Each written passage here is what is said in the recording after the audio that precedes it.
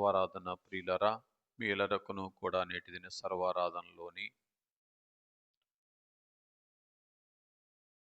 దైవజనుని దానమును జ్ఞాపకము చేసుకునేట ద్వారా రావలసినటువంటి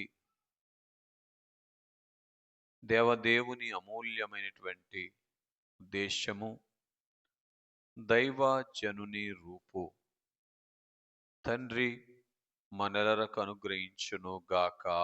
ఆమేన్. మనలను ప్రేమించుచు తన రక్తము వలన మన పాపముల నుండి మనలను విడిపించిన వానికి మహిమయు ప్రభావమును యుగయుగములు కలుగునుగాక. ఆమేన్. అందరికీ మరణాత. కూర్చుందాం. దేవా పుత్ర స్వాతంత్రముతో దేవుని చేరుదము, దేవుని చేరుదము, దేవుని చేరుదము. దేవారచ పుత్రులమై తేజారిల్లుదాము.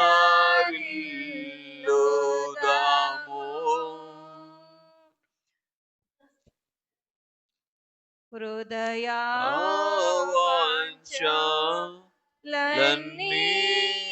ప్రభుని ఎదుట పారవేయుదము.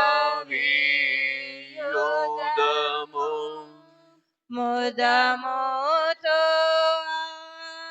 ప్రభుని చూసి ముద్దు పెట్టుకుందాము, ముద్దు పెట్టుకుందాము, ముద్దు పెట్టుకుందాము. దేవారాజ పుత్రులమై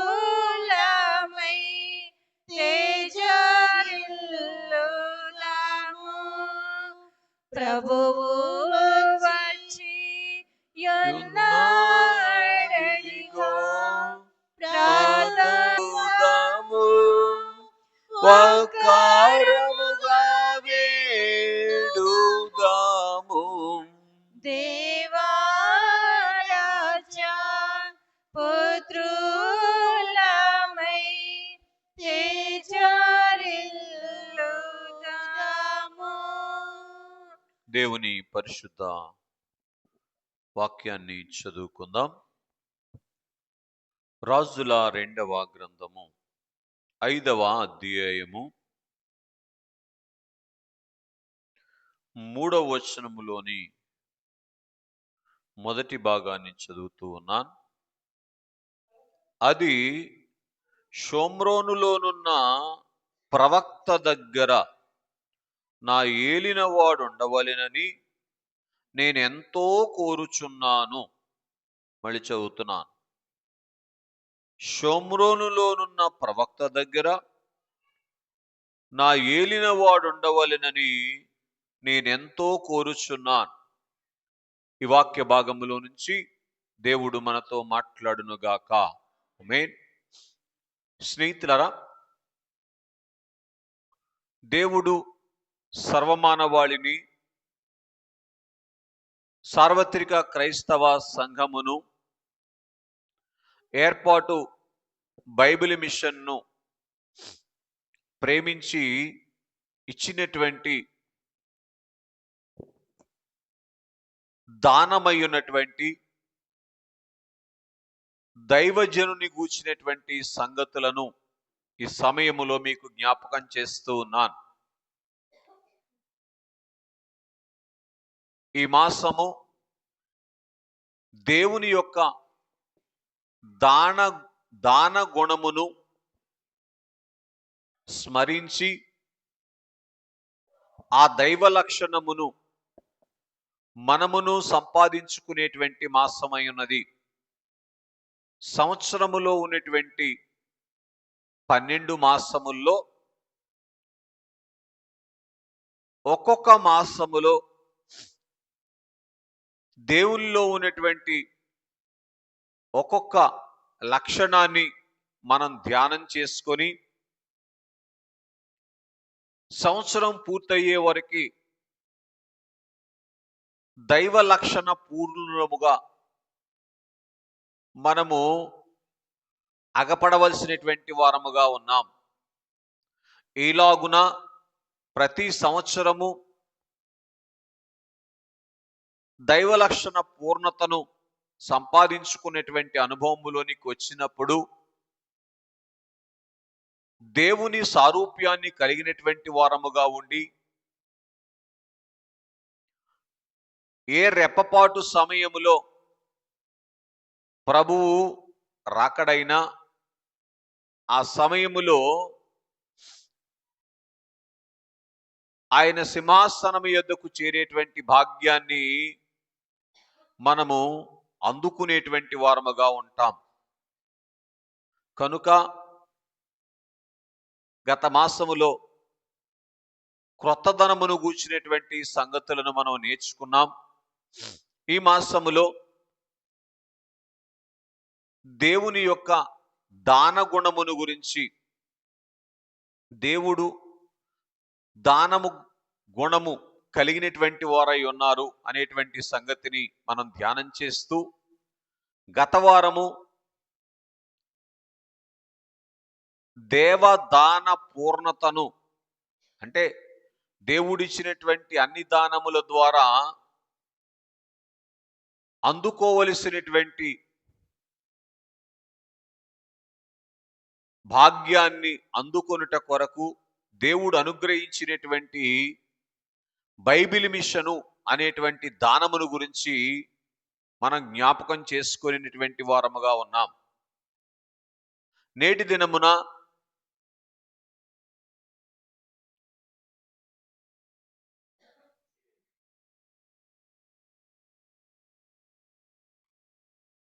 మానవ రూపమైనటువంటి బైబిల్ మిషన్ను గురించి మీ ముందు పెడుతూ ఉన్నాను. అంటే బైబిల్ మిషన్ యొక్క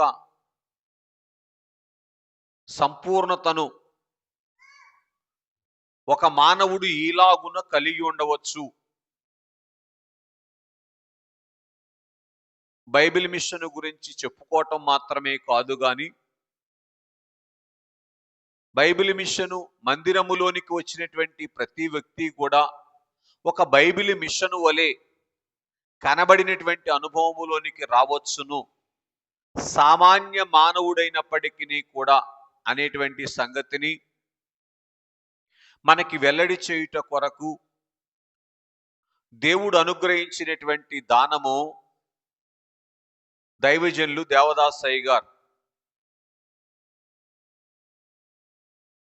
ఆయన బైబిల్ మిషన్ గురించి చెప్పిన దానికంటే ఇది బైబిల్ మిషను, ఇదిగో బైబిల్ మిషను అని తన యొక్క జీవితము ద్వారా చూపించారు. విన్నానా? ఇదిగో బైబిల్ మిషను అని తన జీవితము ద్వారా చూపించారు. బైబిల్ మిషను అంటే బాగా వినండి, బైబిల్ యొక్క పని అంటే ఇదిగో దేవుని పని, నేను దేవుని పని అయి ఉన్నాను అనేటువంటి సంగతిని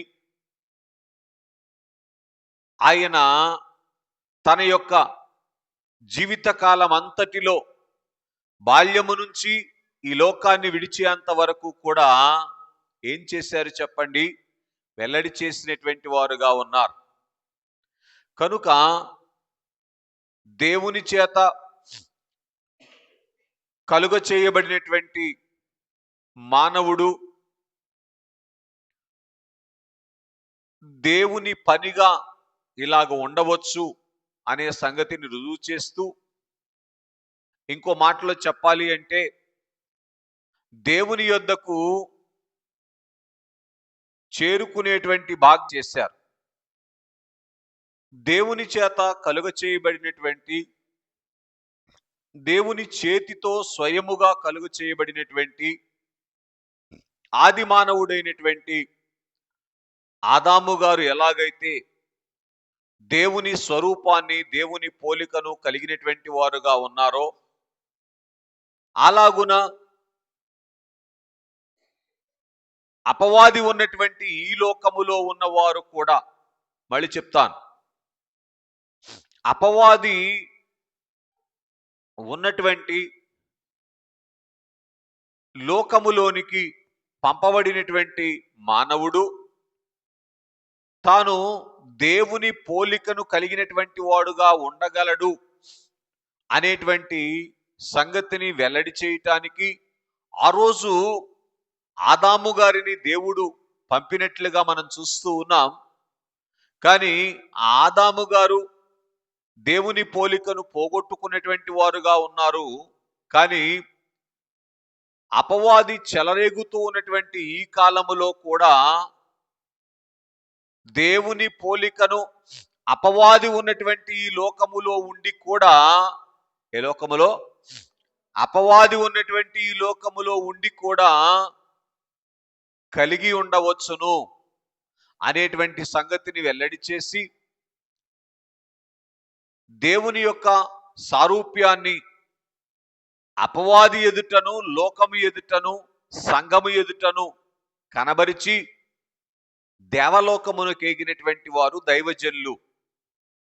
అందుకే నేనేమంటానంటే, దేవుడిచ్చినటువంటి దానములలో శ్రేష్టమైనటువంటి దానము దైవజనుడు అనేటువంటి దానం.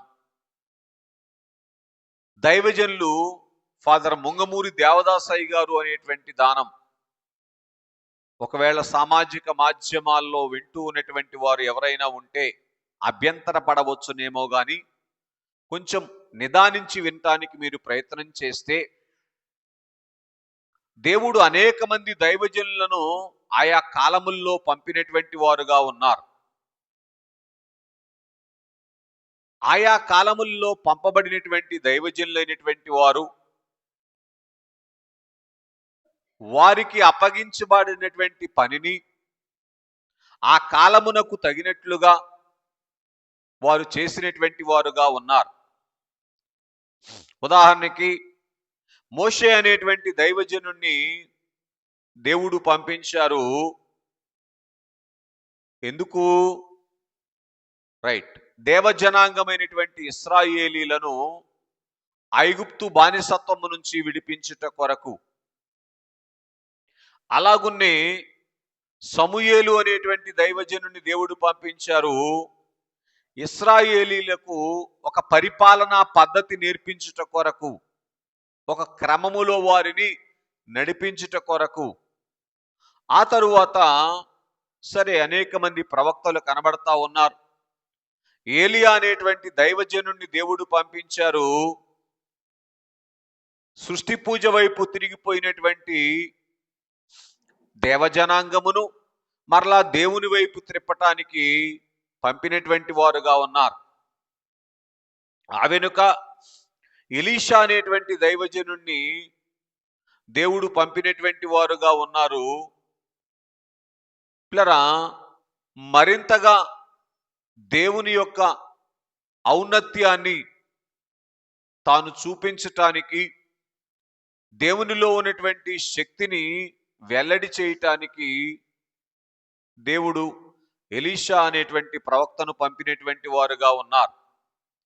ఇలాగున మనం ఆలోచన చేస్తూ వస్తే, ఈ కాలము రాకడ కాలము గనుక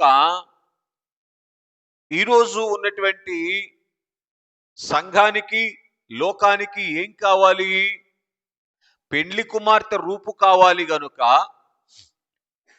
అంటే దేవుని సరసన కూర్చునేటువంటి రూపు కావాలి గనుక, ఆ దేవుని సరసన కూర్చునేటువంటి రూపును అందించుట కొరకు దైవజనులు దేవదాసయ్య గారిని పంపినటువంటి వారుగా ఉన్నారు.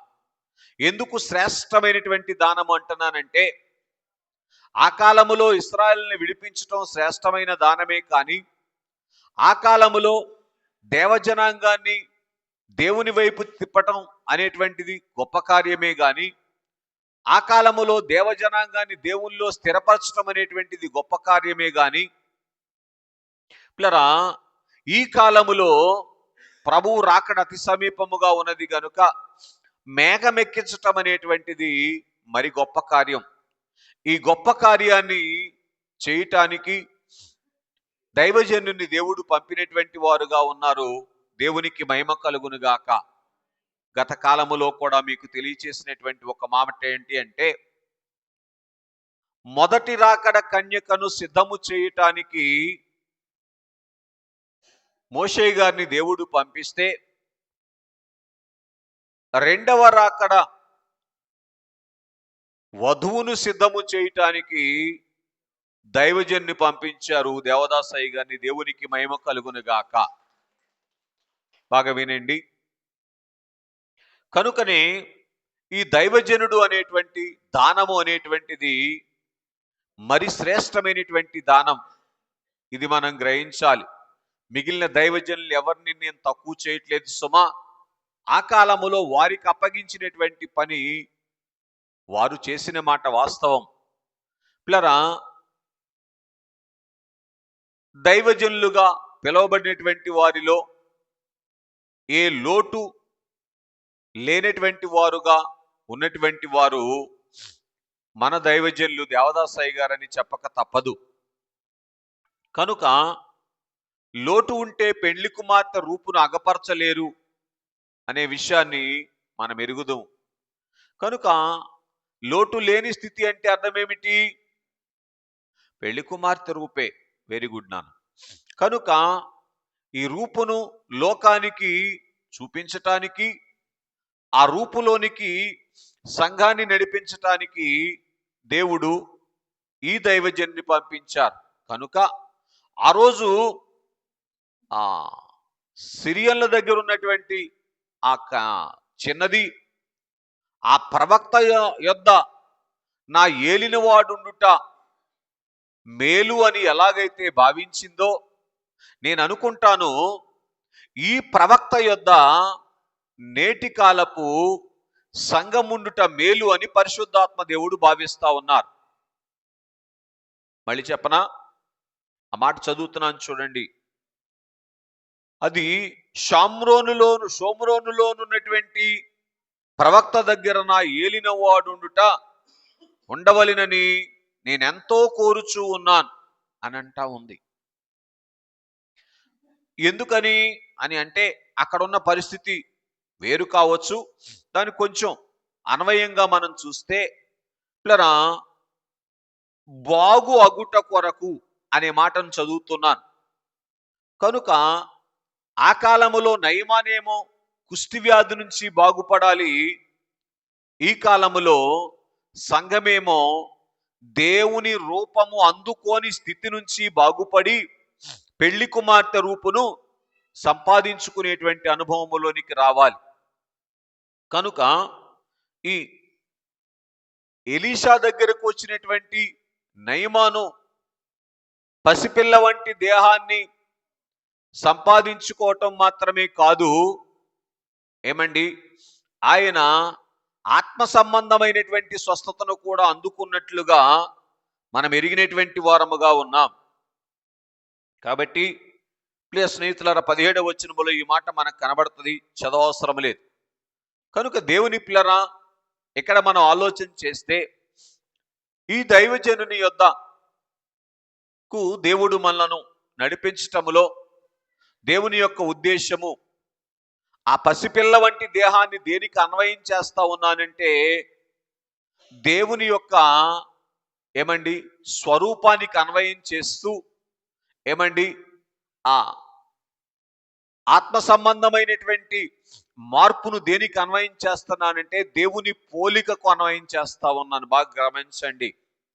కనుక ఈ రెండు అనుభవాలు కూడా నేటి కాలములో లోకములో సంఘాన్ని చూసినటువంటి వారు పెళ్లి కుమారుడైనటువంటి ప్రభువును చూసినట్లుగా ఉండగలగాలి.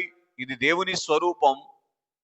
నేటి కాలములో సంఘాన్ని చూసినటువంటి వారు దేవుని పోలికను, అంటే దేవుని యొక్క ఉన్నతమైనటువంటి స్థితిని సంపాదించుకున్నటువంటి అనుభవంలోనికి రావాలి. కనుక ఈ రెండు అనుభవాలు కూడా నేర్పించినటువంటి వారు పిల్లరా దైవజనులు ఫాదర్ ముంగమూరి దేవదాస్ అయ్య గారు. ఇంకొక మాటలో చెప్పాలి అంటే ఆ కాలములో తన యొద్ద ఉన్నటువంటి 6వ అధ్యాయములో నుంచి మాట్లాడుతున్నాను. రెఫరెన్స్ మీకు అవసరం లేదు, కానీ కొన్ని 17వ వచనం చదవగలిగితే, యెహోవా వీడు చూచినట్లు దయచేసి వీని కండ్లు తెరువమని ఎలీషా ప్రార్థన చేయగా యెహోవా పనివాని కండ్లు తెరవజేసెను గనుక వాడు ఎలీషా చుట్టూను పర్వతము అగ్ని రథముల చేతను నిండియుండుట చూచెను అని మనం చూస్తున్నాం. కనుక ఆయన యొద్దకు దైవజనులు దేవదాసయ్య గారి దగ్గరికి వచ్చినటువంటి వారికి దేవుడు ఏం చేశారు అంటే మనోనేత్రాలు తెరిచినటువంటి వారుగా ఉన్నారు. అలాగున పిల్లరా దేవుణ్ణి చూచేటువంటి అనుభవం, దేవుని స్వరాన్ని వినేటువంటి అనుభవాన్ని దైవజనులు నేర్పించినటువంటి వారుగా ఉన్నారు. అందుకే నేనేమంటానంటే ఆ కాలములో ఉన్నటువంటి వారిని ఆ ప్రవక్త దగ్గర ఉండుట మేలు అని ఎలాగైతే దేవుడు భావించారో, ఈ కాలములో ఉన్న వారిని ఈ ప్రవక్త దగ్గర ఉండుట మేలు అని భావించి ఈ ప్రవక్త అయినటువంటి దేవదాసయ్య గారిని దేవుడు ఈ లోకానికి పంపించారు. దేవునికి ఎంతో రుణస్థులము. గ్రహిస్తున్నారనుకుంటున్నా. కనుక స్నేహితులరా, దైవజనుడు అనేటువంటి ఈ దానమును బట్టి దేవునిని ఎందుకు స్తుతించాలి అనేటువంటిది కొన్ని విషయాలు వాక్యములో నుంచి మీతో మాట్లాడతాను. బాగా వినండి. ఇంతకీ బైబిల్ మిషను అంటే అర్థం ఏమిటో తెలుసా? బైబిల్ యొక్క రూపమే బైబిల్ మిషన్. బైబిల్లో ఏముందో బైబిల్ మిషన్లో అది ఉంటది. ఒకవేళ అర్థం కానటువంటి వారు అపార్థం చేసుకొని ఉండవచ్చును. వారి మాటలు మనం లెక్క చేయాల్సినటువంటి అవసరం లేదు. కానీ దైవజనులు ఏ మాట చెప్పినప్పటికీ కూడా బైబిల్లో ఉన్నటువంటి మాటనే తాను వెలుపలికి తీసి దాని అంతరంగములో దేవుని యొక్క ఉద్దేశాన్ని వెల్లడిలోనికి తీసుకొని వచ్చినటువంటి వారుగా ఉన్నారు. కనుక బైబిల్ ఈ సత్యవేద గ్రంథమైతే బైబిల్ యొక్క నెరవేర్పు బైబిల్ మిషను. ఇది మనం గ్రహించాల్సిన సంగతి. బాగా గ్రహించండి.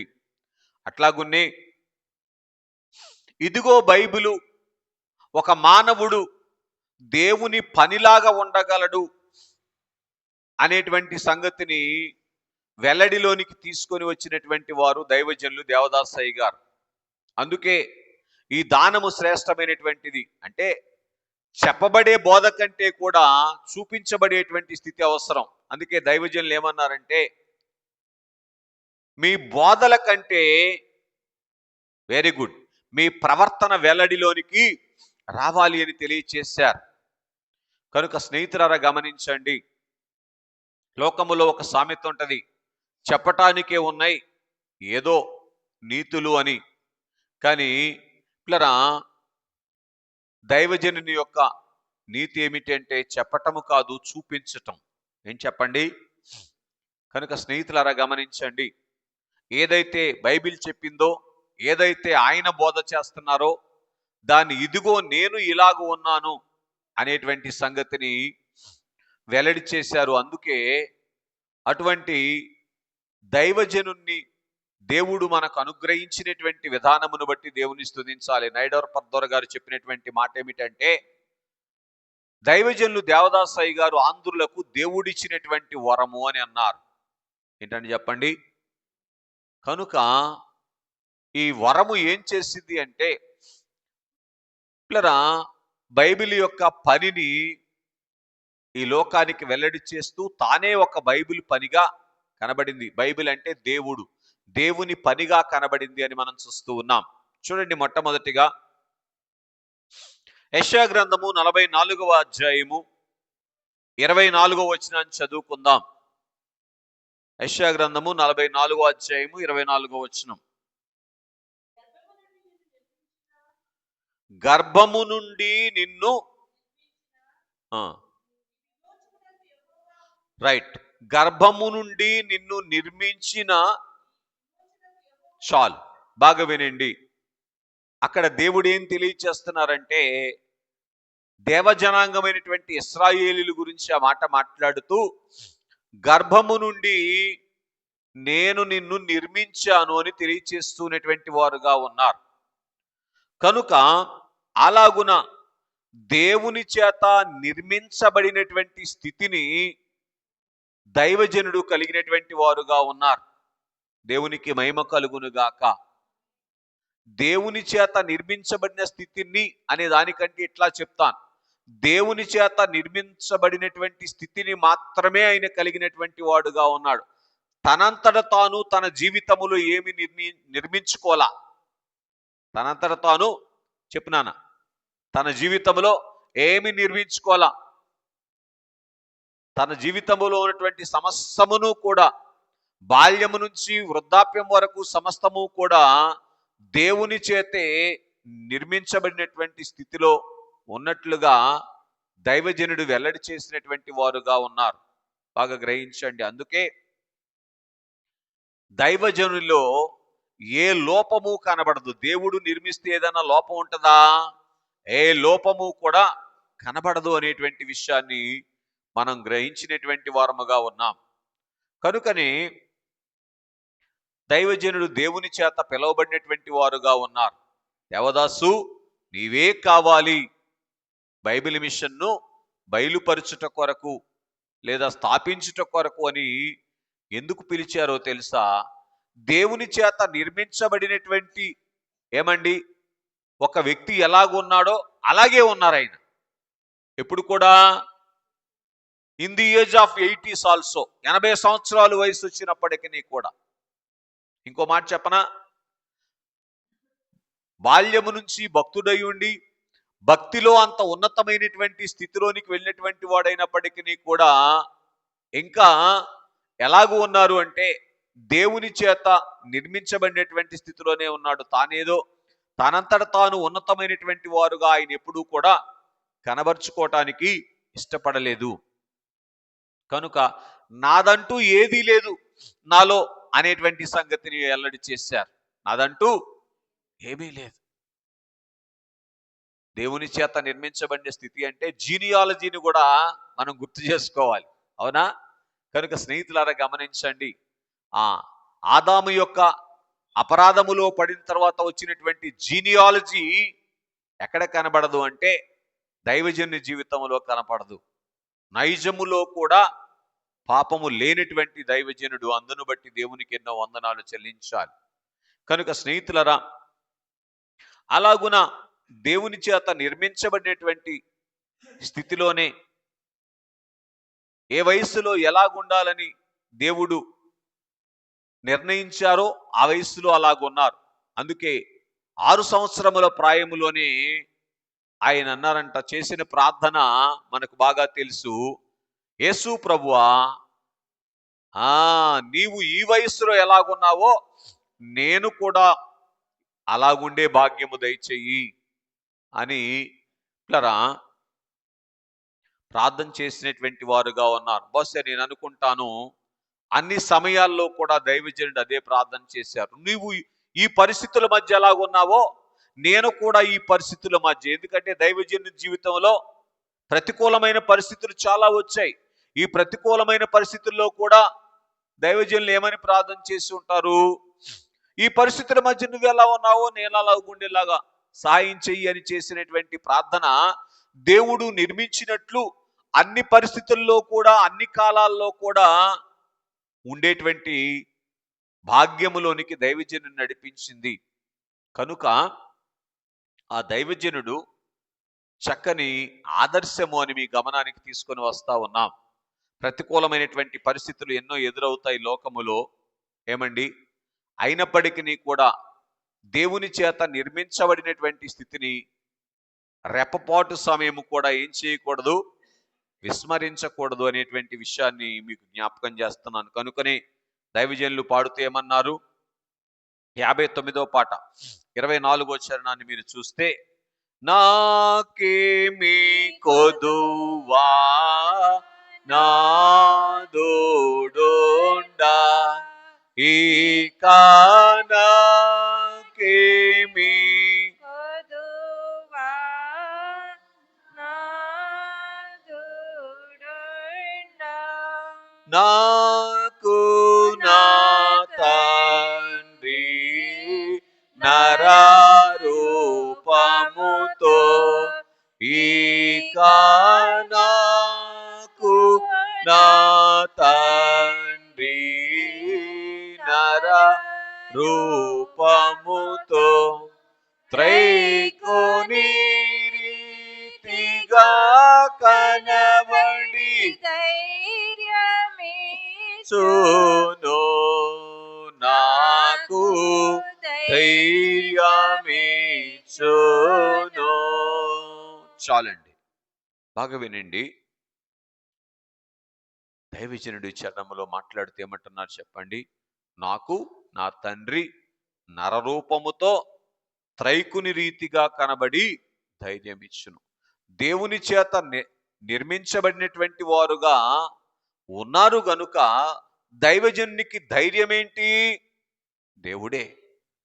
ధైర్యం ఏంటి చెప్పండి? వయసా, ఆరోగ్యమా, ధనమా, ఉద్యోగమా, వెనకున్న బలగమా? దైవజనుని ధైర్యం దేవుడే బలం. అర్థమవుతుందండి? స్నేహితులారా గమనించండి, ఇశ్రాయేలీలకు ఆశ్రయమైనటువంటి వాడు నరుడు కాదు అని దేవుడు ఎలాగైతే తెలియచేశారో, ఆ వచనం యొక్క నెరవేర్పే దైవజనుల యొక్క, దేవదాసయ్య గారి యొక్క జీవితం అని మనం గుర్తించాలి. కనుక దేవుడే దైవజనుని ధైర్యపరిచినటువంటి వారుగా ఉన్నారు. బైబిల్ మిషన్ను భుజానికి ఎత్తుకున్న దినం మొదలుకొని ఇంకా చెప్పాలి అంటే, ఆయన ఏ కారణం చేత ఈ లోకానికి పంపించబడ్డారు? దైవజనుణ్ణి భూలోకములో స్థాపించటానికి ఈ లోకానికి పంపించబడ్డారు. ఒక సందర్భంలో దైవజనులు అన్నారు, బైబిల్ మిషన్ యవనస్తులారా, బైబిల్ మిషన్కు పనికి వచ్చే వారి మీద సాతాను కన్ను ఉన్నది అన్నారు. అలాగైతే దైవజనునికి అన్వయం చేస్తే, బైబిల్ మిషన్ ఈ లోకంలో స్థాపించి ఎత్తి చూపించుట కొరకు ఈ లోకానికి పంపబడినటువంటి దైవజనుని మీద సాతాను కన్ను ఎప్పటి నుంచి ఉంది కదా? అయినప్పటికీ కూడా, సాతాను కన్ను ఉన్నప్పటికీ, సాతాను ఎన్ని రకాలుగా వాడి వంతు ప్రయత్నం వాడు చేసినప్పటికీ కూడా ఏ సందర్భములో కూడా ఏం కాలేదు? అధైర్యపడలేదు. ఏ సందర్భములో కూడా దేవుని చేత నిర్మించబడినటువంటి స్థితిని తాను పోగొట్టుకోవాలి. ఇది గ్రహించాల్సినటువంటి సంగతి. అందుకే ఆయన అంటున్నారు, నాకు నా తండ్రి నరరూపముతో త్రైకుని రీతిగా కనబడి ధైర్యం వచ్చు. తండ్రి అని ఎందుకన్నారు? నన్ను నిర్మించాడు ఆయన గనుక. ఏమండి, దేవుడు అందరికీ ఏమై ఉన్నారు? ఓ భక్తురాలికి పిల్లరా ఇంకొకలా కనబడ్డారంట. స్నేహితులరా గమనించండి, బాగా ఆలోచన చేయండి. అనాలోచనగా వాక్యాన్ని వింటే పిల్లరా అపార్థం చేసుకునే ప్రమాదం ఉంటది. ఓ చిన్ని మాట చెప్తాను. ఒక సహోదరి దేవుని దగ్గరికి వస్తా ఉందంట, దేవుని మందిరంలోనికి. 30 సంవత్సరాల నుంచి దేవుని మందిరంలోనికి వస్తుందంట, కన్నీటి ప్రార్థనలు చేస్తా ఉందంట. ఆవిడ యజమాని ప్రభువుని ఎరిగిన వారు కారు. అయ్యా, మా యజమాని మారు మనసు పొందేటట్లుగా ప్రార్థన చేయండి, మందిరానికి వచ్చేటట్లు ప్రార్థన చేయండి అని సేవకులతో, సంఘంతో ప్రార్థన చేపిస్తుందంట. ఒకానొక రోజున దేవుడు దయ చూపించి ఆ యజమాని దేవుని మందిరంలోనికి నడిపించారు. కనుక దేవుని మందిరములోనికి వచ్చినటువంటి మొదటి రోజునే శ్రద్ధగా వాక్యాన్ని విన్నాడంట. శ్రద్ధగా వాక్యాన్ని విని, కొత్తగా దేవుని దగ్గర వచ్చిన వాళ్ళు ఎలా వింటారు? కొన్నాళ్ళ తర్వాత సంగతి అది వేరే సంగతి కదా. శ్రద్ధగా దేవుని వాక్యాన్ని విన. అందుకే వివాహ కార్యక్రమాల్లో అన్యుల్లో నుంచి దేవుని యొద్దకు వచ్చినటువంటి వారు వాళ్ళ ఇంటి దగ్గర ఏ కార్యక్రమం పెట్టినా కానీ పాస్టర్ గారి నోట్లోంచి ఏది వస్తే అది 100% ఏమవుద్ది, అమలు జరిగి తీరద్ది. అవునా కాదా? కొంచెం ఆ ముందు తరం వారు భక్తిలో ఉన్నటువంటి వారు అనుకోండి, అమలు జరుగుద్దా? బాగా వినండి. సరే, దేవుడు ద్వారం తెరిచారు. ఆ యజమాని మొదటి రోజు ప్రార్థనకు వచ్చిన తర్వాత పాస్టర్ గారు చెప్పారంట, మీరు కుటుంబ ప్రార్థన చేసుకోండి బాబు, ఇదిగో ప్రార్థన ఇలాగ చేయండి. దేవా తండ్రి, నా కుటుంబాన్ని దీవించుము, నన్ను దీవించుము, ఆ సంఘాన్ని దీవించుము అని ప్రార్థన చేయండి అని అంటే, ఇంటికి వెళ్ళిన తర్వాత రాత్రి పూట కుటుంబ ప్రార్థన మొదలు పెట్టారంట. ముందు మేడం గారు సీనియర్ కదా, 30 ఏళ్ళ నుంచి వస్తుంది కదా, ఆవిడ చేసిందంట, దేవా తండ్రి నా కుటుంబాన్ని దీవించు ఇలాగున పిల్లరా. అయిన తర్వాత ఆమెన తర్వాత ఈ కొత్తగా వచ్చిన ఆయన ప్రార్థన ప్రారంభించాడంట, దేవా తండ్రి నా కుటుంబాన్ని, నా సంఘాన్ని, మా పాస్టర్ గారిని దీవించు అంటే ఈ మీద ఒకటి జరిసిందంట బంగారు తల్లి. ఇదేంటి, నేను ప్రార్థన చేస్తుంటే కొడుతున్నావు ఏంటన్నాడంట. అదేంటి, నేను తండ్రి అంటే నువ్వు మామయ్య అనాలిగా, ఏమనాలి? అదే అన్నమాట సీనియారిటీ, భక్తిలో సీనియారిటీ అట్లా ఉంటుంది. నేను తండ్రి అని ప్రార్థన చేసినప్పుడు నువ్వు మామయ్య అని ప్రార్థన చేయాలి. చూసారా ఎందుకు ఈ మాట చెప్పాల్సి వచ్చిందంటే, నిర్మించబడిన రోజు ఉన్నటువంటి స్థితి ఏమండి నిదానంగా ఏమవుతుంది, దారి తప్పిపోతుంది. కనుక చెట్టు ఎదిగే కొద్దీ చాలా జాగ్రత్తగా ఉండాలి. ఏమండి, మొదటి మెట్టి మీద ఉన్నవాడు పడితే చిన్న దెబ్బే తగులుతుంది, అవునా? చివరి మెట్టి మీదకి ఎక్కిన వాడు పడితేనో శాల్తీ ఉంటుందా? కనుక స్నేహితులారా గమనించండి. కనుక స్నేహితులారా, అందుకే 80 సంవత్సరాలుగా 120 సంవత్సరాలుగా ఆయన పరమభక్తుడిగా ఉన్నప్పటికీ కూడా దేవుని చేత నిర్మించబడినటువంటి స్థితిలోనే తాను ఉన్నాడు. అంటే అన్ని విషయాల్లో కూడా దేవుని మీద మాత్రమే ఆధారపడినటువంటి స్థితిలో ఉన్నటువంటి వారుగా ఉన్నారు. కనుకనే ఆ అనుభవము అనేటువంటిది రాకడ మేఘం ఎక్కటానికి సిద్ధపడుతున్నటువంటి సంఘానికి ఉండవలసినటువంటి అనుభవం. ఇది దైవజన్నికి ఉన్నటువంటి అనుభవం. అటువంటి దైవజన్ని దేవుడు మనకు దానముగా ఇచ్చారు. దేవునికి వందనాలు. రెండవదిగా యెషయా గ్రంథము 46వ అధ్యాయము 4వ వచనాన్ని చదువుకుందాం. ముదిమి వచ్చు వరకు నిన్ను ఎత్తుకొని వాడను నేనే,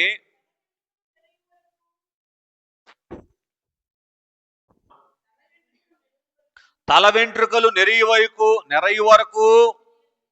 ఎందుకని నెరవేస్తున్నారు తల వెంట్రుకలు? ఏమోలేండి, చదవండి. నిన్ను ఎత్తుకొని వాడను నేనే, అమ్మా నేనే చేసి ఉన్నాను, చంక పెట్టుకొనువాడను నేనే. చాలండి, చాలు. కనుక స్నేహితులారా గమనించండి, ఆయన అంటే దైవజనులు బాల్యము నుంచి ఈ లోకాన్ని విడిచేంత వరకు కూడా దేవుని చంకలో ఉన్నటువంటి వారుగా తనను తాను వెల్లడి చేసుకున్నారు. దేవునికి మహిమ కలుగును గాక. ఏంటండి, దేవుని చంకలో ఉన్నటువంటి వాడుగా. దేవుని చంకలో ఉన్నటువంటి వారు ఎలాగైతే ఏమండి క్షేమముగా ఉండగలుగుతారో, పడిపోని స్థితిలో ఉండగలుగుతారో, అలాగున తాను దేవుని చంకలో ఉన్నటువంటి వారుగానే దైవజనులు తన యొక్క జీవితం అంతటినీ కూడా గడిపినటువంటి వారుగా ఉన్నారు. కనుకనే ఆయన పాడుతూ ఏమన్నారు, నీవేయని నమ్మిక యేసు నాకు, నీవే అంటూ ఆ మాటలో ఉన్నటువంటి చరణాలన్నీ మీరు ఇంటికి వెళ్ళి ధ్యానం చేస్తే, ప్రతి పరిస్థితిలో కూడా నీవే అనేటువంటి స్థితిలో మానవ జీవితంలో ఏ పరిస్థితులు అయితే వస్తాయో అన్ని రకాల పరిస్థితులకి కూడా నీవే అనేటువంటి నమ్మిక అనేటువంటి స్థితిలో ఉన్నారు. ఎలాగా? చంటి బిడ్డ తల్లి యొక్క చంకలో ఉన్నప్పుడు నీవే అని ఎలాగ అంటదో, ఆ అనుభవాన్ని దైవజనులు కలిగినటువంటి వారుగా ఉన్నారు. ఈ రాకడ కాలములో ఆ అనుభవాన్ని సంపాదించుకుంటేనే మేఘమెక్కేటువంటి భాగ్యములో నిలబడగలుగుతాం సుమా. నేను కూడా అన్నామా ఏం జరిగిపోవచ్చు చెప్పండి? సూది నీడంతా నీడబడుతుంది. దైవజనులు చెప్పిన మాట ఏంటి? ఏనుగు నీడ పెద్దది, సూది నీడ చిన్నది. చిన్నదైనా పెద్దదైనా కదా. కనుక స్నేహితులారా గమనించండి, అలాగున ఇసుక రేణువంతా కూడా తన మీద తాను ఆధారపడినట్లుగా దైవజన్య జీవితంలో ఎంత మాత్రమును కనబడదు అనేటువంటి విషయాన్ని మనం చూస్తూ ఉన్నప్పుడు, దేవుని చంకలో ఉన్నటువంటి వారుగానే ఉన్నారు. చంకలో ఉన్నటువంటి చంటి బిడ్డ అన్ని విషయాల్లో ఎలాగైతే ఆ చంకనెత్తుకున్నటువంటి తండ్రి మీద ఆధారపడుతుందో, అలాగున దైవజనులు ఈ లోకాన్ని విడిచేంత వరకు కూడా అన్ని విషయాల్లో పూర్తి చేయండి తండ్రి మీద మాత్రమే ఆధారపడ్డారు. కనుక ఆ అనుభవము కలిగినటువంటి అనుభవమే పెండ్లి కుమార్తె అనుభవం అని మీ గమనానికి తీసుకొని వస్తున్నటువంటి వాడనిగా ఉన్నాను. మరి ఒకటిగా హోషేయ గ్రంథము 11వ అధ్యాయం 3వ వచనాన్ని చదువుకుందాం. హోషేయ గ్రంథం 11వ అధ్యాయం 3వ వచనం. మొదటి మాట ఏం విన్నాం మనం? అడిగినప్పుడు పుస్తకం చూడకుండా ఉండటానికి మళ్ళీ అడిగేది. అర్థమవుతుందండి? దేవుని చేత నిర్మించబడినటువంటి స్థితి. రెండవ సంగతి ఏమిటి చెప్పండి? దేవుని చంకలో ఉన్నటువంటి అనుభవం. ఎప్పటి వరకు? తల వెంట్రుకలు నరిసేంత వరకు అక్కడ రాయబడింది. నేనంటాను, తల వెంట్రుకలు నెరవకుండా రంగులు వేసుకుంటున్నారు కాబట్టి మేఘమెక్కేంత వరకు అంటున్నా. అంతేనా కాదా? స్నేహితులారా గమనించండి. మరొక అడుగు ముందుకు వస్తే, ఎఫ్రాయిమును చెయ్యి పట్టుకొని వానికి నడక నేర్పిన వాడను నేనే,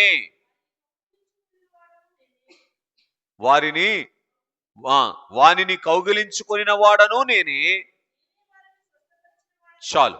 సంగతి ఏమిటి అంటే, ఎఫ్రాయిముకు నడక నేర్పిన వాడను నేనే అని అంటున్నారు. బాగా వినండి, నేను మళ్ళీ జ్ఞాపకం చేస్తున్నాను. బైబిల్లో ఏది ఉందో బైబిల్ మిషన్లో అది ఉంది. బైబిల్లో ఏది ఉందో బైబిలునే ప్రామాణికముగా దైవజనులు కలిగి ఉన్నారు కనుకనే బైబిల్ మిషన్ను దైవజనులకు అందించారు. దేవునికి మహిమ కలుగును గాక. ఏంటి దైవజన్య ప్రామాణికం? దేవుడేమన్నారు? ఎఫ్రాయిముకు నడక నేర్పిన వాడను నేనే అన్నారు గనుక నాకు ఆయనే నడక నేర్పాలి అని దేవుని చేత నడక నేర్పించబడినటువంటి స్థితిలో దైవజనులు ఉన్నారు. చంటి బిడ్డను తండ్రి ఎలాగైతే చెయ్యి పట్టుకొని ఈ కాలు ముందు పెట్టు, తర్వాత తీసి నిదానంగా ఈ కాలు పెట్టు అని ఎలాగైతే నడక నేర్పిస్తారో, అలాగున ఆ నడక నేర్చుకునే విషయంలో కూడా దేవుని మీద ఆధారపడేటువంటి స్థితి. నడకంటే అర్థం ఏమిటి? ప్రవర్తన. అర్థమవుతుందండి? కనుక ఇక్కడ మనం చూసినటువంటి వారముగా ఉన్నట్లయితే దేవుని చేత నడిపించబడినటువంటి వారుగా ఉన్నారు.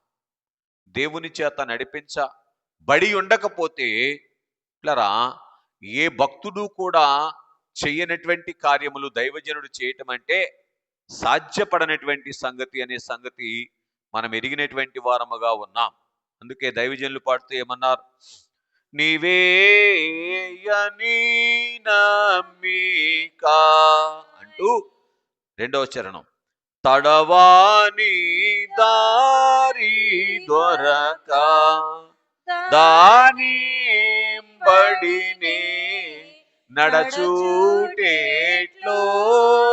తెలియాక జడియూచుండగా నన్ను జాగ్రత్తగా కడకు నడిపించుకొను వెళ్ళు నయా మార్గదర్శివి.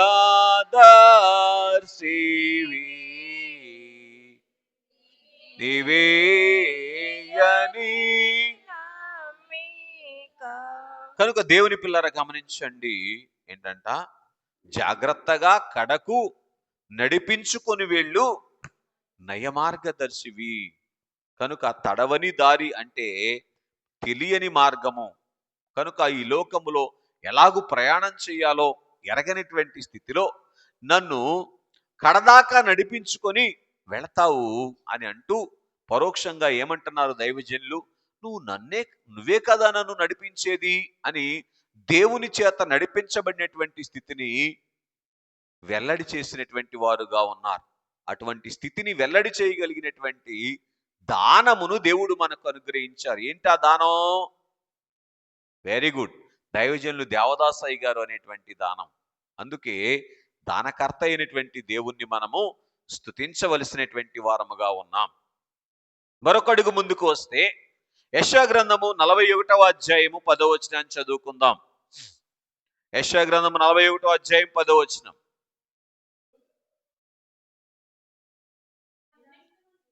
చదవండి. నీవు నా దాసుడవనియు నేను నిన్ను ఉపేక్షించక ఏర్పరచుకొంటిననియు. రైట్. నేను నీతో చెప్పి ఉన్నాను. రైట్. నేను నీకు దేవుడనై ఉన్నాను, నీకు తోడై ఉన్నాను, భయపడకము, నేను నీకు దేవుడనై ఉన్నాను, దిగులు పడకము, నేను నిన్ను బలపరుతును, నీకు సహాయము చేయువాడను నేనే, నీతి అను నా దక్షిణాస్తముతో నిన్ను ఆదుకొందును. బాగా గమనించండి, సత్యవేద గ్రంథములో దేవుడు ఏమంటున్నారు? దేవజనాంగముతో. ఏమండి? దేవజనాంగముతో అన్నటువంటి దేవుడు ఏమండి పెండ్లి కుమార్తెతో కూడా ఏమంటున్నారు చెప్పండి? నేనే నిన్ను పూర్తి చేయండి బలపరుచువాడను. అక్కడ రాయబడినటువంటి మాట ఏంటి? నేను నిన్ను బలపరుతును. కనుక దేవుని చేత బలపరచబడినటువంటి వారుగా ఉన్నారు. బాగా వినండి, దేని చేత బలపరచబడలేదు? తన శరీరము చేత గాని, ఏమండి తన రక్త సంబంధీకుల చేత గాని, ఏమండి తనకున్నటువంటి జ్ఞానము చేత గాని దైవజనులు బలపరచబడలా. ఒకవేళ బలపరచబడితే కదా మీరు నవ్వేస్తున్నారు. కాబట్టి స్నేహితులారా తేడా వస్తుంది. కనుక స్నేహితులారా గమనించండి, దేవుని చేత బలపరచబడినటువంటి వారుగా ఉన్నారు. ఆలోచన చేయండి, బాల్యములోనే తల్లిదండ్రులను పోగొట్టుకున్నటువంటి దైవజనులు అంత ఉన్నతమైనటువంటి స్థితిలోనికి రావటానికి కారణం ఏంటి? దేవుడు బలపరుస్తూ వచ్చారు కనుక. ఎవరు బలపరిచారు? దేవుడు బలపరుస్తూ వచ్చినటువంటి వారుగా ఉన్నారు. ప్రపంచములోనే ఒక అత్యున్నతమైనటువంటి భక్తి స్థాయిలోనికి అన్ని కాలముల్లో ఉన్నటువంటి ఏమండి ఉన్నతమైనటువంటి భక్తి స్థాయిని దైవజనులు సంపాదించుకోవటానికి కారణం ఏంటంటే దేవుడు బలపరిచారు. నిలువు సొమ్ము లేకపోయినా, నిలుకు రాబడి లేకపోయినా, ఎవరూ చేయలేనటువంటి కార్యములు చేయటానికి గల కారణం ఏంటి? దేవుడు బలపరిచారు కనుక. దేవుని చేత బలపరచబడినటువంటి స్థితిలో దైవజనులు ఉన్నటువంటి వారుగా ఉన్నారు. ఒక వ్యక్తిని దేవుడు బలపరిస్తే ఇలాగుంటారు. దేవుని మీద ఒక వ్యక్తి ఆధారపడి దేవుని బలమును అందుకుంటే ఇలాగ ఉంటారు అనేటువంటి సంగతిని దైవజనుడి ద్వారా దేవుడు వెల్లడి చేశారు. అందుకే కీర్తన గ్రంథంలో రాయబడి ఉంటది, ఘనులు ఘనకార్యములు చేయుదురు అని. ఏమండి? ఘనులు ఘనకార్యములు చేయుదురు అని. కనుక స్నేహితులారా గమనించండి, 59వ పాటలో నుంచి 6వ చరణాన్ని మీరు చూస్తే దైవజనులు అంటా ఉన్నారు చూడండి, నాకేమి కొదువా నాదోడుండా చావు చీకాట్ల శక్తియోండు ఇక చావు చీకాట్ల శక్తియోండు లోయలో బడిపోవలసినను నే వేరువకుండా నా దేవుడే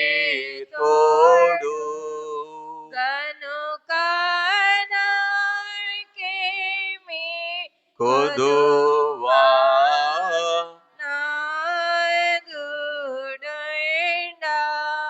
ఏంటంట చావు చీకట్ల శక్తి ఉండేటువంటి లోయలో బడి పోవలసి వచ్చినను నాకు దేవుడే తోడు అని అంటా ఉన్నారు. ఎన్ని పరిస్థితులు వచ్చాయో తెలుసా? చావు చీకట్లకు సంబంధించినటువంటి పరిస్థితులు ఎన్నో వచ్చాయి. బైబిల్ మిషన్ను అందుకున్న కారణాన్ని బట్టి ఈ లోకములో బైబిల్ మిషన్ను దైవజన్ని కూడా లేకుండా చేయాలని అనేక ప్రయత్నాలు జరిగినాయి.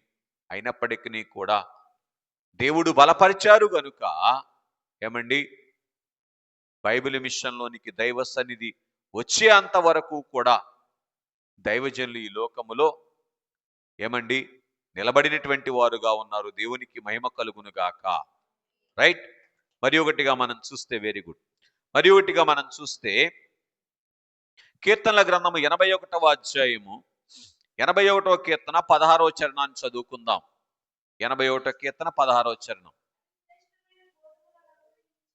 అతి శ్రేష్టమైన గోధుమలను అనుగ్రహించి వెరీ గుడ్ నేను వారిని పోషించెదను. చాలండి. చదవబడినటువంటి వాక్య భాగములో దేవజనాంగాన్ని గురించి దేవుడు అంటున్నారు నేను వారిని పోషిస్తాను అని. అలాగున్నే పెండ్లి కుమార్తె అయినటువంటి దైవజనునితో దేవుడు అంటున్నారు నేను నిన్ను పోషిస్తాను అని.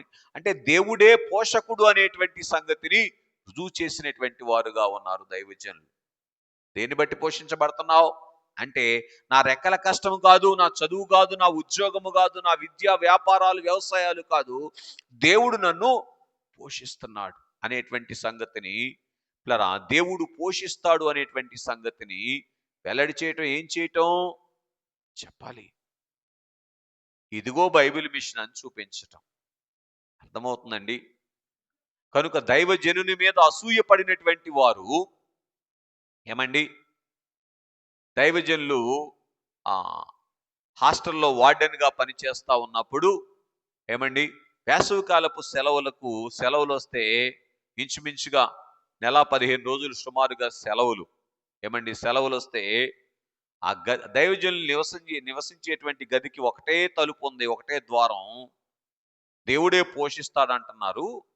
ఈయన ఎలాగున పోషించబడతాడో నేను చూస్తానని వ్యతిరేకులైనటువంటి వారు ఆయన గదిలో ఉండగా గదికి తాళం వేసి వెళ్ళిపోయారంట. సెలవిచ్చిన రోజు వెళ్ళి నెల 15 రోజులకి స్కూల్ రీఓపెనింగ్ అప్పుడు వచ్చారంట. హాస్టల్ రీఓపెనింగ్ వచ్చి తాళం తీస్తే ఏమండి ఆయన గదిలో ఉంచి తాళం వేసినప్పుడు ఆయన అలా ఉన్నారు, అలా కుర్చీలో దర్జా కూర్చొని ఉన్నారంట. దేవునికి మహిమ కలుగును గాక. దేవుని చేత పోషించబడినటువంటి స్థితి. అర్థమవుతుందండి. దేవుని ముఖార విందములో నుంచి ఆయన జీవము ఏమండి ఈయన ముఖం మీద పడతా ఉంటే నిర్జీవం ఎక్కడి నుంచి వస్తుంది? ఇంకా అందుకేమని పాడారు? జీవమును నా జీవమునకై ధారబోసిన దేవా అన్నారు. బాగా గమనించండి. అందుకే దైవ సన్నిధిలో కూర్చోనండి దేవుని ముఖములో ఉన్నటువంటి జీవం మన మీద వస్తుంది. ఆ ముఖములో ఉన్నటువంటి కాంతి మన మీద పడతా ఉంటే ఏమండి నీతి సూర్యుని రెక్కల క్రింద ఉన్నటువంటి ఆరోగ్యము దొరుకుతుంది. ఏమండి ఆయన ముఖములో ఉన్నటువంటి జీవము మన యొక్క జీవములోనికి ప్రవేశిస్తే నిత్య జీవము కలిగినటువంటి వారముగా ఉంటాం. అందుకే మానక దైవ సన్నిధి చేయమని చెప్పే సంగతి. కనుక స్నేహితులారా గమనించండి. ఇక్కడ మనం చూసినటువంటి వారముగా ఉన్నట్లయితే దేవుని చేత పోషించబడినటువంటి అనుభవం. అందుకే దైవజనులు బైబిల్ మిషన్ గురించి కూడా ఏమన్నారు చెప్పండి? నీవే స్థాపించితివి, నీవే పోషించదవు. కనుక ఏంటి పోషణ? దేవుడే పోషణ. గ్రహించటానికి ప్రయత్నం చేయండి. మరొక అడుగు ముందుకు వస్తే యెషయా గ్రంథము 51వ అధ్యాయము 12వ వచనం చదువుకుందాం. యెషయా గ్రంథము 51వ అధ్యాయం 12వ వచనం. నేనే నిన్ను ఓదార్చువాడను. ఇంకొక మాట చెప్పి ముందుకు వెళ్తాను, ఒకసారి ఆగండి. ఈ సంగతులు బోధపడనటువంటి వారు అపార్థాలు చేసుకుంటా ఉన్నారు. పిల్లరా ఏంటో కారణం తెలుసా? పిల్లరా ఆ స్థాయిలోనికి రాలేకపోవటాన్ని బట్టి పెట్టెకు తాళం వేసి ఉండగా ప్రార్థన చేస్తే, ఖాళీ పెట్టెకు తాళం వేసి ఉండగా ప్రార్థన చేస్తే పత్రికలు అచ్చు వేయటానికి అవసరమైనటువంటి సొమ్ము ఆ పెట్టెలోనికి వచ్చింది అనే సంగతిని చెప్తే ఏమండి, క్రైస్తవ సంఘమే నివ్వెరపోతా ఉంది, అపార్థం చేసుకుంటా ఉంది. ఏంటి కారణం అంటారు? ఆ అనుభవం లేకపోవటం. ఏం చెప్పండి? ఆ అనుభవం లేకపోవటం, దేవుణ్ణి చూసే అనుభవం లేకపోవటం, ఏమండి, దేవునితో మాట్లాడేటువంటి అనుభవం లేకపోవటం, ఇందులో ఉన్నవి సర్వసత్యాలు అనేటువంటి సంగతిని చెప్పుకుంటేనే అనుభవంలోనికి తెచ్చుకోకపోవటం. అర్థమవుతుందండి? స్నేహితులారా గమనించండి. అందుకే అన్నారు, కాకులతో ఏలియాను పోషించిన దేవుడు ఆయన స్వయంగా మనల్ని పోషించలేరా అని చెప్పారు దైవజనులు. కనుక స్నేహితులారా గమనించండి, ఇటువంటి అనుభవాలు కలిగినటువంటి అనుభవములోనికి మనల్ని తీసుకొని రావటానికి ఆ తద్వారా పెళ్లి కుమార్తె ఎవరి మీద ఆధారపడాలి? పెళ్లి కుమారుడి మీద ఆధారపడాలి. కనుక ఆ అనుభవములోనికి తీసుకొని రావటానికి ఈ దైవజనుడు అనేటువంటి దానమును దేవుడు మనకు అనుగ్రహించారు. దేవునికి వందనాలు చెల్లించాలి. ఇంకొంచెం వేగంగా వెళ్ళిపోదాం. చూడండి, యెషయా గ్రంథములోనే 51వ అధ్యాయము 12వ వచనం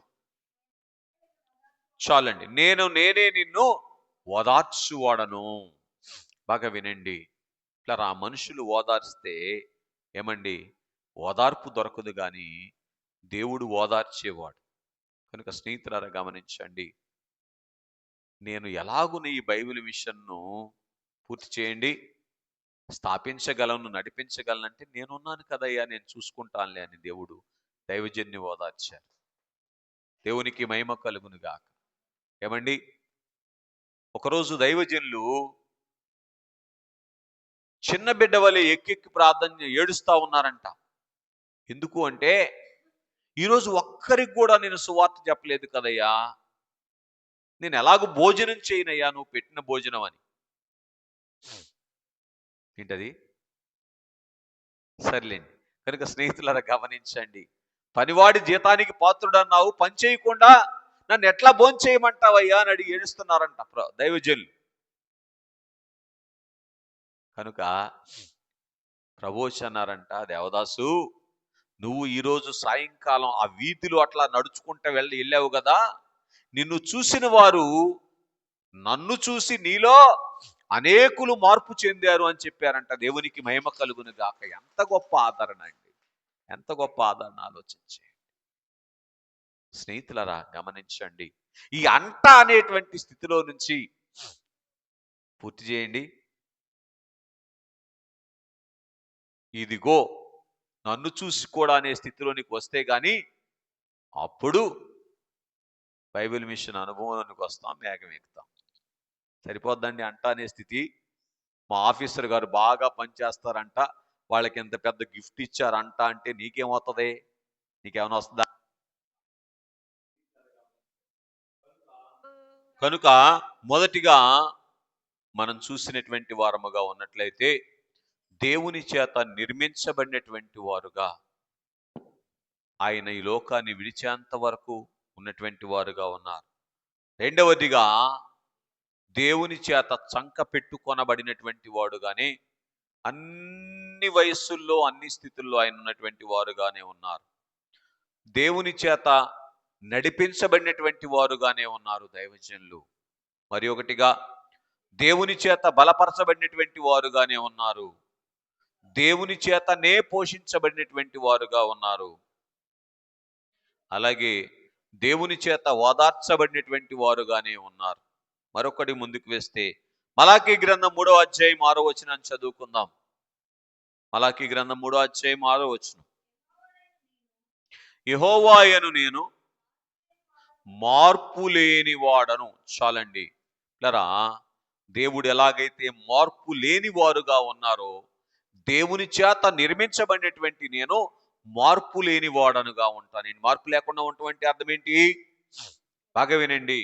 ప్రేమలో మార్పు లేదు, శక్తిలో మార్పు లేదు, న్యాయములో మార్పు లేదు. ఏమండి, ఏ పరిస్థితిలో కూడా దేవుని యొక్క న్యాయాన్నే పాటించారు దైవజనులు. అన్ని పరిస్థితుల్లో కూడా దేవుని యొక్క ప్రేమనే కలిగినటువంటి, దేవుడు ఎలా ప్రేమించినటువంటి వారుగా ఉన్నారో అలాగున్నే ప్రేమించారు. అందుకే దేవా నాకు కనబడుము, నాతో మాట్లాడుము, అందరికీ కనబడుము, అందరితో మాట్లాడుము. ఎంత ప్రేమ చెప్పండి ఆ ప్రార్థనలో. స్నేహితులారా గమనించండి. మరి ఒకటిగా మనం చూస్తే ఎంత వ్యతిరేకించినటువంటి వారి విషయంలో కూడా ఆయన ప్రేమనే కనబరిచినట్టు, ప్రేమలో ఎదుటివారి స్థితిని బట్టి పూర్తి చేయండి. ఆయన స్థితి లేదు. దేవుడు ఏ స్థితిలో ఉన్నారో ఆ స్థితిలోనే ఉన్నారు. చూడండి, అనాదిలో మన విషయంలో దేవుడు ఎంత ప్రేమ కలిగి ఉన్నారో ఈ రోజు కూడా. ఎందుకు ఈ రోజు కూడా అంటున్నాను? ఒకవేళ దినమునకు 24 గంటలు సిలువ వేస్తా ఉన్నప్పటికీ కూడా ఎవరో, కనుక అదే ప్రేమ కలిగి ఉన్నారా? ఏమైనా మార్పు ఉందా? ఎవరైనా ఎవరైనా ఎవరైనా నా పెళ్లి కుమారుడు, మరి మనం ఎవరం? ఆయన పెళ్లి కుమార్తెలం కదా? ఎలా ఉండాలి మరి? సర్లేండి స్నేహితులారా గమనించండి. అదే మార్పు లేని ప్రేమ. మార్పు లేని ప్రేమ అంటే ఆయన ప్రేమ అయి ఉన్నాడు గనక ప్రేమిస్తాడు, అంతే.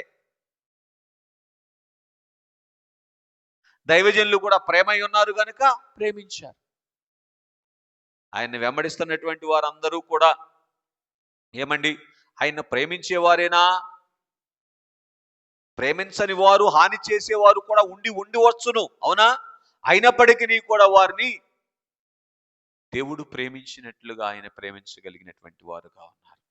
స్నేహితులరా, ఇలాగున ఒక మానవుడు కూడా, ఒక సామాన్య భక్తుడు కూడా ఉండగలడు అనేటువంటి సంగతిని మనకు చూపించడానికి దేవుడు ఏం చేశారు?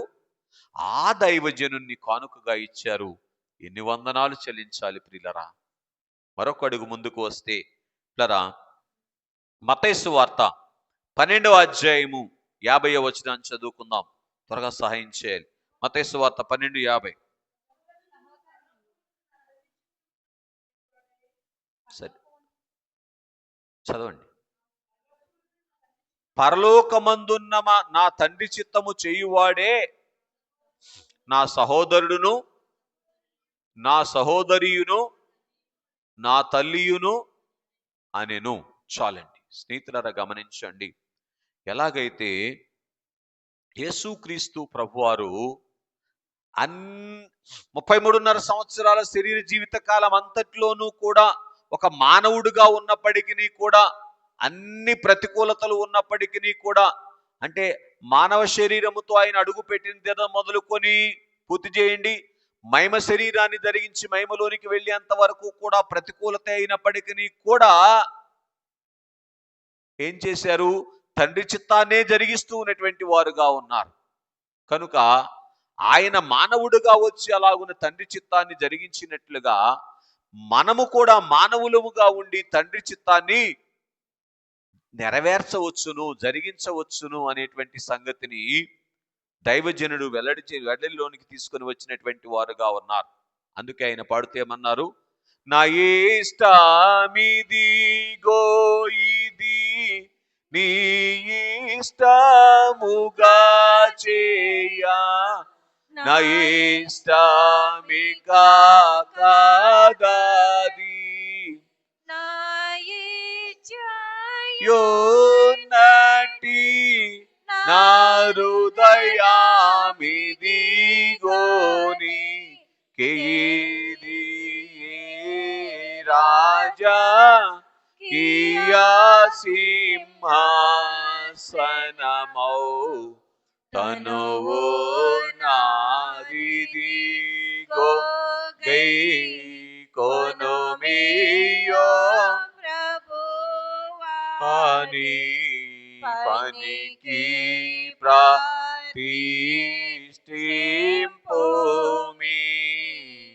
కనుక స్నేహితులారా గమనించండి, అలాగున అన్ని విషయాల్లో కూడా, అన్ని స్థితుల మధ్య కూడా తండ్రి చిత్తాన్ని ఇదిగో ఒక మానవుడుగా ఉండి కూడా ఇలాగూ నెరవేర్చవచ్చును అని ఏమండి మనకు చూపించటానికి దేవుడు పంపించినటువంటి దానమే దైవజనుడు. అని మనం చూస్తూ ఉన్నాం. మరొక అడుగు ముందుకు వస్తే యాకోబు పత్రిక 4వ అధ్యాయము 27వ వచనం చదువుకుందాం. యాకోబు పత్రిక 4వ అధ్యాయం 27వ వచనం.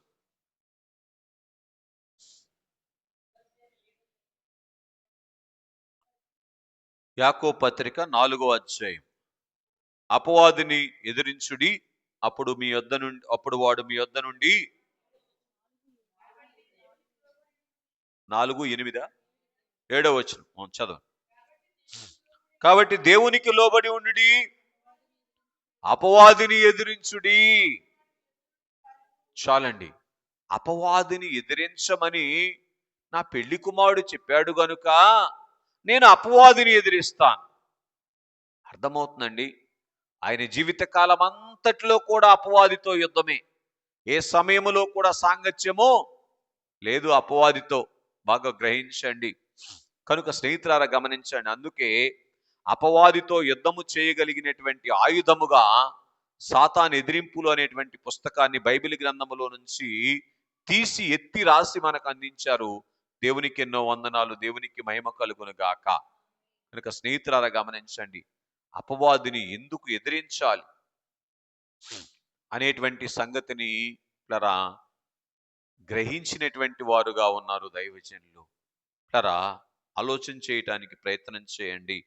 అందుకే యేసు ప్రభువారు ఎలాగైతే సాతానా నా వెనకకు పొమ్ము అని ఈ లోకములో ఉన్నంత కాలము ఆయన అపవాదిని గద్దించారో, అలాగున్న దైవజనులు కూడా సాతాను ఎదిరిస్తూనే ఉన్నటువంటి వారుగా ఉన్నారు.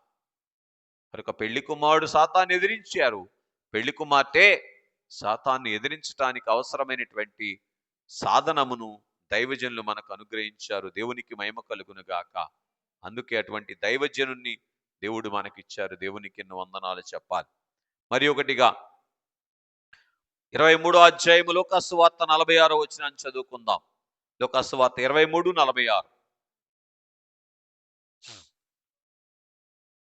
సరే, అక్కడ ఆయన ఏమంటున్నారంటే, అమ్మా అప్పుడు యేసు గొప్ప శబ్దముతో కేకవేసి, తండ్రి నీ చేతికి నా ఆత్మను అప్పగించుచున్నాను అని చాలు. కనుక స్నేహితులారా, తండ్రికి అప్పగించుకొనుట అనేటువంటిది పెండ్లి కుమారుని యొక్క రూపమైతే దైవజనులు కూడా ఏం చేశారు చెప్పండి?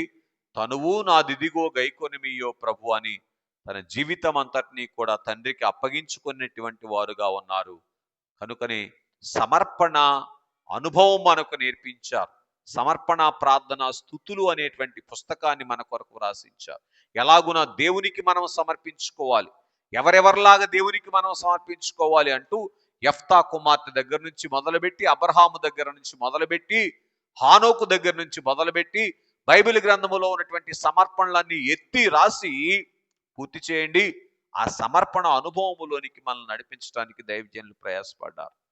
అందుకే పిల్లరా, Bible is equal to Bible machine, Bible is equal to చెప్తారా దైవజనులు, బైబిలు ఈజ్ ఈక్వల్ టు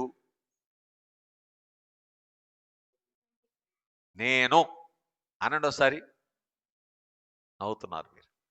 పిల్లరా, అన్న రోజే మేఘం ఎక్కుతాం. అర్థమవుతుందండి. కనుక స్నేహితులారా గమనించండి. మరి ఒకటిగా మనం చూస్తే కొరింథీయులకు రాసినటువంటి మొదటి పత్రిక 16వ అధ్యాయం 22వ వచనంలో మనం చూస్తాం. పిల్లరా, ప్రసంగం చేసిన, ప్రవచనం చెప్పిన, ప్రార్థన చేసిన రాకడ గురించే. మరణాత అనగా అర్థం ఏంటి చెప్పండి? ప్రభు వచ్చుచున్నాడు, ప్రభు వచ్చి ఉన్నాడు, ప్రభు అయిన యేసు రమ్ము. ప్రసంగమైన, ప్రవచనమైన, ప్రార్థనైన ప్రభు రాకడను గురించే. పిల్లరా, ఇది పిల్లరా పెళ్లి కుమారుడు ఎలాగైతే ఇదిగో నేను త్వరగా వస్తున్నాను అని తెలియచేశారో, ఆయన రాకడ అకస్మాత్తుగా వస్తుంది, మీరు సిద్ధపడండి అని తెలియచేశారో, అలాగున రాకడను గురించి నిత్యము తెలియచేసినటువంటి అనుభవం, రాకడకు సిద్ధపరచడానికి ప్రయాసపడినటువంటి అనుభవం ఏమండి? దేవుని చిత్తములో ఉన్నటువంటి ప్రార్థన దైవజనులు చేశారు. అదేంటి? ప్రభువైనా యేసు మను ప్రార్థన నేర్పుమో, ప్రభువా. చాలు. ఏ ప్రార్థన నేర్పించారు? ఏ ప్రార్థన నేర్పించారు? రైట్. చేస్తున్నారా అదే ప్రార్థన? ఇంకేమైనా కలుపుతున్నారా? కనుక స్నేహితులారా గమనించండి. సరే, చివరిగా 12వదిగా ప్రకటన గ్రంథం 22వ అధ్యాయం 17వ వచనం చదువుకుందాం. ఆత్మయు పెండ్లి కుమార్తెయు రమ్ము అని చెప్పుచున్నాడు, వినువాడును రమ్ము అని చెప్పవలెను. కనుక అందరూ ప్రభువైన యేసు రమ్ము అని చెప్పాలి అనేటువంటి సంగతిని తెలియచేస్తూ మరణాత అనేటువంటి వచనాన్ని వందన వచనముగా మనకు అనుగ్రహించారు. కనుక స్నేహితులరా, అలాగున ఈ 12 అనుభవాలు చదివేసేయండి, ముగిస్తాను. దేవుని చేత నిర్మించబడినటువంటి అనుభవం, దేవుని చేత చంకపెట్టుకొనబడినటువంటి అనుభవం, దేవుని చేత నడిపించబడినటువంటి అనుభవం, దేవుని చేత బలపరచబడినటువంటి అనుభవం, దేవుని చేత పోషించబడినటువంటి వారుగా ఉన్నారు అనుభవం, దేవుని చేత ఓదార్చబడినటువంటి అనుభవం, దేవుడున్నట్టు మార్పు లేని స్థితిలో ఉన్నటువంటి అనుభవం.